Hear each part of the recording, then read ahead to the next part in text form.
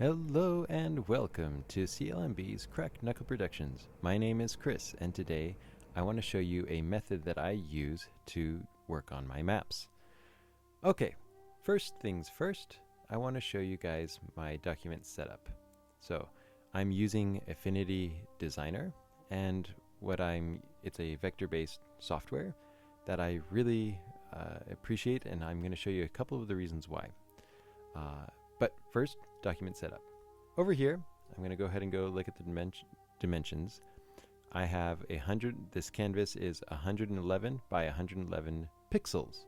Now, the reason why is because I have a scale of a 1 pixel to 1 kilometer equivalent.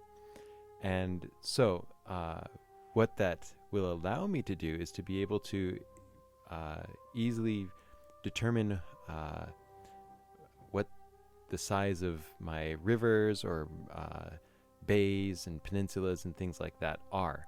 Now, the reason for 111 is because that is 1 degree of latitude or longitude at the equator. So, depending on where your map is being located, it will differ. But that's a subject for another video. But let me show you what this means. So, if I go over here and I select the rectangle tool, and I'm going to go ahead and I'm going to create a line like this, we can see that I have myself a over here 111 kilometers by 1 kilometer high rectangle, and you can zoom in and you can see that, and I have my grid set up in such a way. So if I go over here and I say grid and axis manager, you can see it's spacing 111 divisions 111. So, okay, so with that out of the way right now, let me go ahead and reset that. Let me go ahead and show you what I do. So first, what I'm going to do is I'm going to create myself a landmass. And so over here I have the outline is set to nothing, and my fill layer is set to this green, and in my swatches I have this labeled as sea level. So I'm going to go ahead and create this, and create any shape that you're really wanting to do. This is again just as an example of what I'm going to be doing. In particular, today what I want to do is I want to show you how to create a river system so that you can divide simply countries. Okay, so we have this beautiful shape. I'm going to go ahead and move this, and I'm going to go here, and I'm going to say subtract. And now I'm left with just this simple shape. That is the only thing that I've really done off screen in terms of designing anything, creating a empty rectangle that's the size of this canvas. So again, 111 by 111. Okay, so now what I'm going to do is I'm going to take this pencil tool, and I'm going to go ahead and I'm going to draw just outside over here. Anything, doesn't matter. And then I'm going to go over here, and I'm going to make this blank. I'm going to go ahead and make this now my rivers and lakes. Now, what's cool is I have myself set up so that I will be able to create a really kind of a neat river system. So let's start here.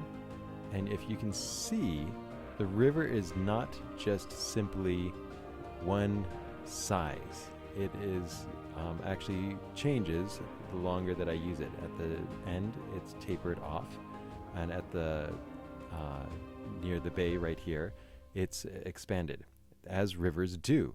That's something that's really kind of cool, and you can do this with these vector-based programs. So again, let's have this river meet up over here at this point. And I'm going to go ahead and do a little bit of something here. Now, there are different ways you can set your settings so that they're going to be a little bit different.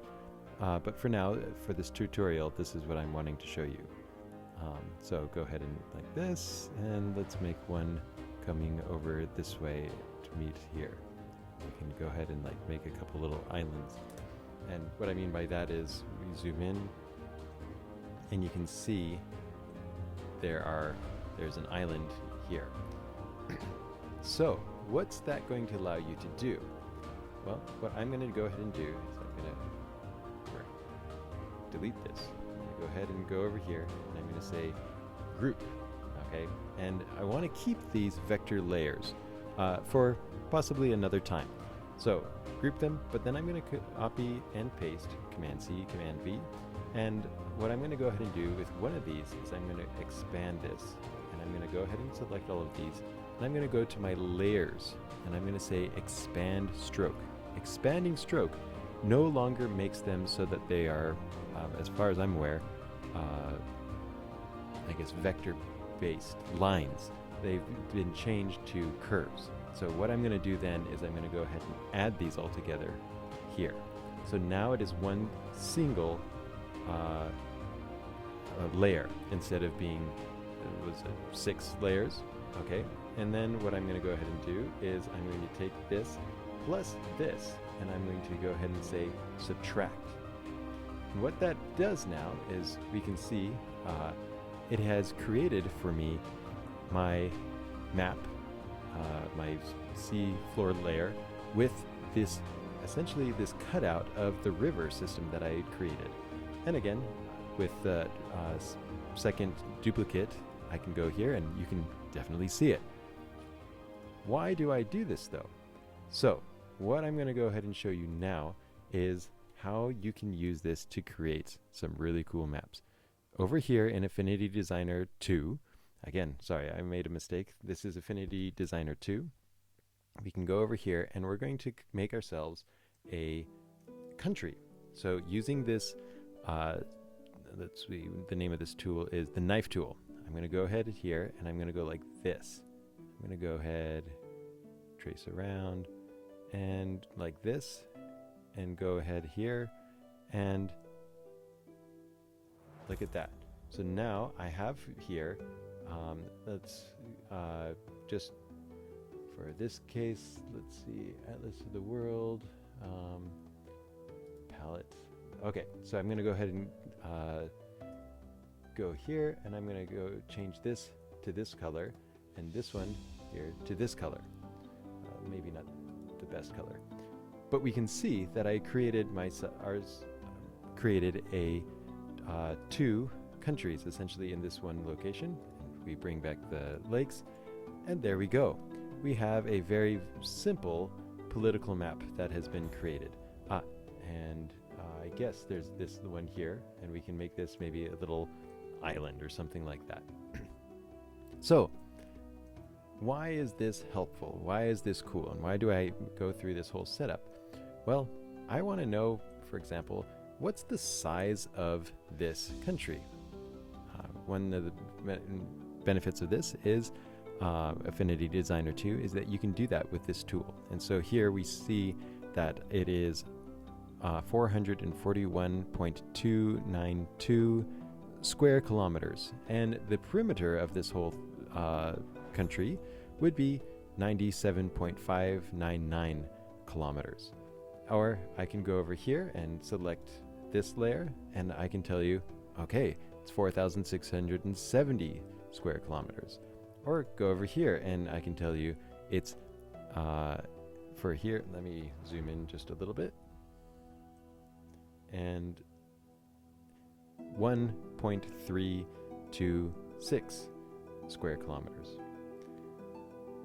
Okay, not only that though, we can go back to our original rivers, and I can tell you, hey, this river is 47.634 kilometers. Now, that's pretty cool.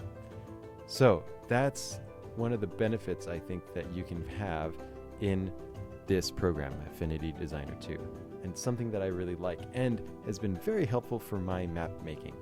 So, for example, if I go to my master map, I can take a look over here at this island, and I can say, hey, what's the size of this island? And there you go. This island is 48.345 square kilometers. So anyways, I hope that this has been helpful and something that you'll be able to learn a little bit more about later in the future. I realize actually, before I go, I forgot to mention how I did this trickery with these rivers. So, what I did is over here in this with this pencil tool, I have a brush that I have, and I can go here and edit brush. These are the presets that I have, and I have this pressure, so it starts small and gets larger the more you use it.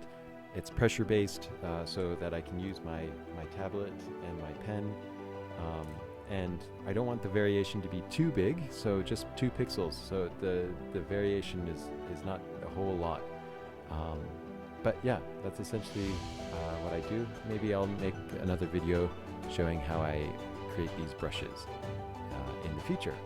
Anyways, again, thank you for watching, and I hope that this has been somewhat educational, and